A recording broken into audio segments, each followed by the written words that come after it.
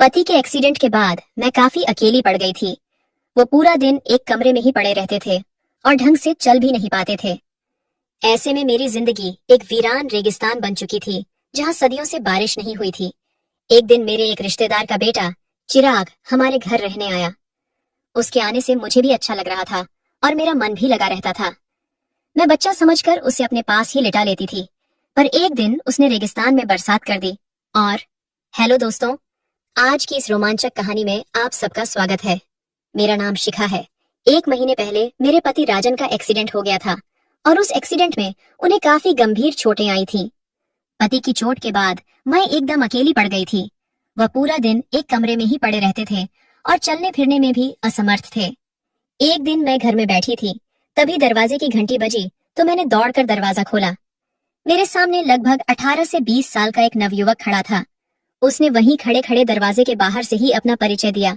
वो बोला, भाभी जी, मेरा नाम चिराग है। मैं प्रकाश जी का बेटा हूँ। शायद पापा ने आपको मैसेज भेजा होगा। मुझे तुरंत प्रकाश जी का वो मैसेज याद आया।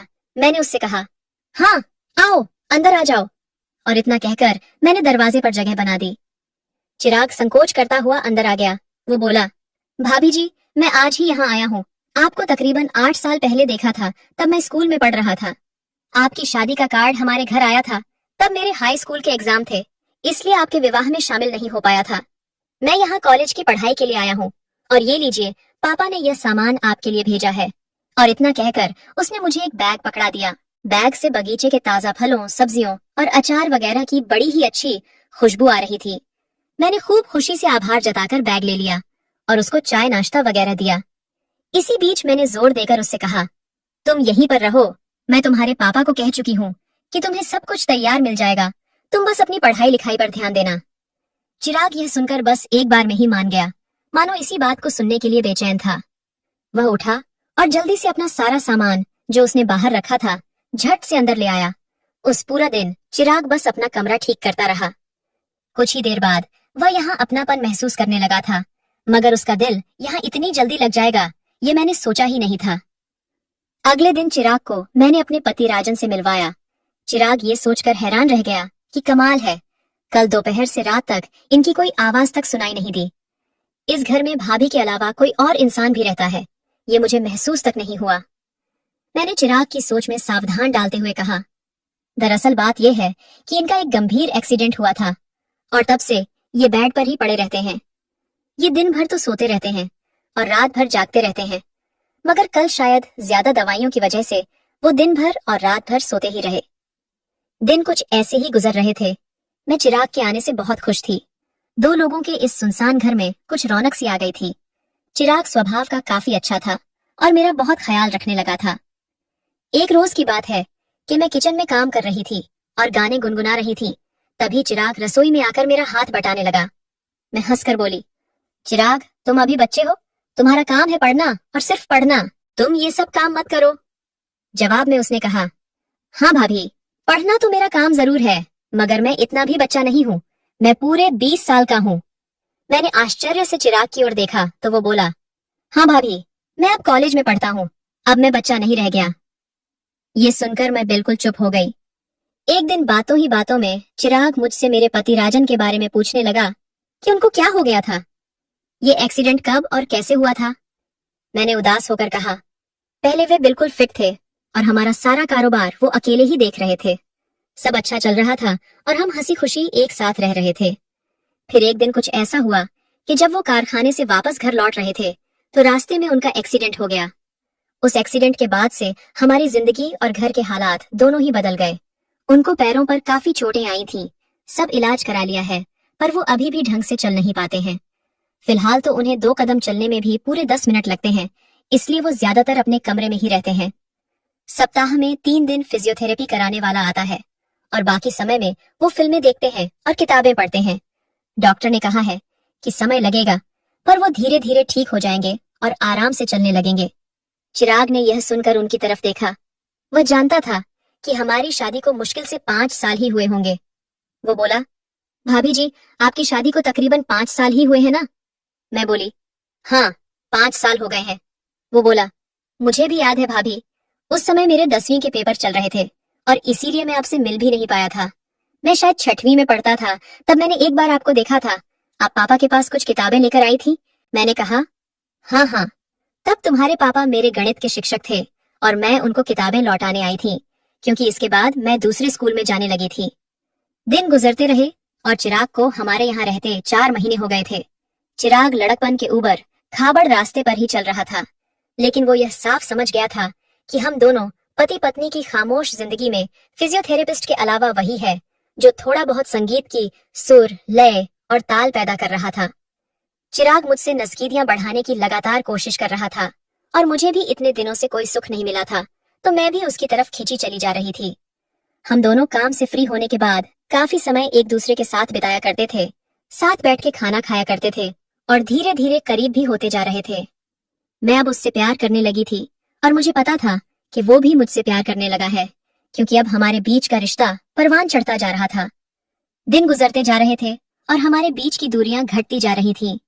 अब मुझे चिराग का स्पर्श अच्छा लगने लगा था। वो मजाक मजाक में मुझे इधर उधर छू लेता था। वो शायद ये चेक करता था कि भाभी कैसे रिएक्ट करेंगी। कभी कभी अपने पति के बारे में सोचकर मैं काफी उदास हो जाती थी और मेरी आंखें नम हो जाती थीं। ऐसे में चिराग ही मुझे संभालता था और मुझे गले लगा लेता था। हम दोनों अब साथ ही लेटने लग गए थे और एक दूसरे में गुम हो चुके थे। एक रोज की बात है, चिराग आज बिल्कुल ही फुर्सत में था, इसलिए वह गीत गुनगुनाता हुआ रसोई में आया और झट से मेरी दोनों आंखें बंद करके मेरे कानों में अपना मुंह लगाकर बोला, शिखा भाभी, आज मैं आपका सारा काम कर दूंगा। आप इधर आओ और आराम से बैठो। वो हौले हौले मेरे मुलायम, धुले, गीले और खुशबूदार बालों को लगभग सूंघता हुआ मुझको एक कुर्सी पर बैठाने लगा। मैं भी अब मस्ती में आ गई थी। मैं कुर्सी से उठ गई और उसको कुर्सी पर बैठाकर खुद उसकी गोद में आसीन हो गई। हम दोनों कुछ पल ऐसे ही रहे, ना हिले डुले और ना ही कुछ बोले, बस चुपचाप एक दूसरे को महसूस करते रहे। अभी 2 मिनट बीते होंगे कि कहीं से कुछ खांसने की आवाज आई तो हम दोनों चौंक गए और घबराकर मैंने चिराग को अपने आप से तुरंत अलग किया। हालांकि चिराग की इच्छा नहीं थी कि वह मुझसे अलग हो, पर फिर भी कुछ सोचकर वो मुझसे अलग हुआ और मुस्कुराता हुआ किचन से बाहर चला गया। वो बाहर जाके बैठ गया और हमारे बीच के पलों को याद करके मुस्कुराने लगा। मैंने यह सब देख लिया था। मैं उसके पास जाकर बैठ गई और उसके गाल पर एक हल्की सी चपत लगाकर और दूसरे गाल पर मीठा सा चुंबन देकर उठ खड़ी हुई। उस पर चिराग बोला कि भाभी, दूसरे गाल से इतनी नाइंसाफी क्यों? वह अपनी जगह से खड़ा हो गया और मेरे बगल में आकर काम करने लगा। वो बार बार मुझे छू रहा था। मेरे बदन में तो जैसे बिजली दौड़ रही थी। मैं उसके स्पर्श से कितनी प्रफुल्ल थी, ये बस मैं और मेरा प्यासा मन ही जानता था। मैं तो ऐसे अद्भुत अनुभव को तरस ही गई थी, मगर उस सुबह चिराग ने मेरा सारा अधूरापन दूर कर दिया था। कई महीनों बाद आज रेगिस्तान में बरसात हुई थी और जम के हुई थी। हम दोनों मुरझाने के बाद बेड पर ही पड़े हुए थे, तभी खांसने की आवाज दोबारा आने लगी। मैं एक कप चाय लेकर चिराग को प्यार से देखती हुई उस कमरे से निकली और पति के कमरे तक पहुंच गई। चिराग भी कपड़े पहनकर बाहर आया और अपना नाश्ता बनाने लगा। मैं वहीं अपने पति के पास बैठ गई और उनकी तबीयत के बारे में पूछने लगी। जब मैं काफी देर बाद भी पति के कमरे से बाहर नहीं आई तो चिराग फिर से तड़पने लग गया। उसने जानबूझकर किचन में बर्तन गिराने शुरू कर दिए, मगर मैं उसके इस इशारे को सुनकर भी उसके पास नहीं गई। मैं अपने पति की दोनों हथेलियों को सहला रही थी, पर मुझे ऐसा लग रहा था कि मैं चिराग की हथेलियों को सहला रही हूँ। मैं चिराग के साथ बिताए हुए पलों में खोती जा रही थी और अपने आप से बोल रही थी कि प्यार हमारे जीवन में बिल्कुल इसी तरह आना चाहिए। किसी उन्मुख झरने की तरह मेरे भीतर गुदगुदाहट सी छा रही थी, लेकिन मैं इस बात से बिल्कुल ही बेखबर थी कि मेरे पति को मेरा ये बर्ताव बेहद अजीब लग रहा था। वो भी ये महसूस कर रहे थे कि मैं अचानक से बहुत ही खुश रहने लगी हूँ। मैं उनके साथ भी नहीं लेटती थी और अगर लेटती भी तो उनकी तरफ पीठ करके लेटती थी। मैं नई नवेली दुल्हन सी बन चुकी थी और मेरे तेवर और मेरे अंदाज मेरे पति को हैरान कर रहे थे। चिराग भी, जो शुरू शुरू में उनसे कभी कभार 1 सेकंड के लिए ही मिलता था, वो अब कंधे भी दबा रहा था और चाय भी पिला रहा था। एक दिन रसोई में मैं चाय बना रही थी, तभी चिराग ने आकर मुझको पीछे से अपनी बाहों में भर लिया और मुझको चूमने लगा। मैं भी उससे लिपट गई और हम दोनों एक दूसरे में खो गए। तभी खट की आवाज आई। इस आवाज से चिराग चौंक गया। हम दोनों एक दूसरे से अलग हुए और हंसने लगे। चिराग के प्यार को पाकर मैं बहुत खुश थी।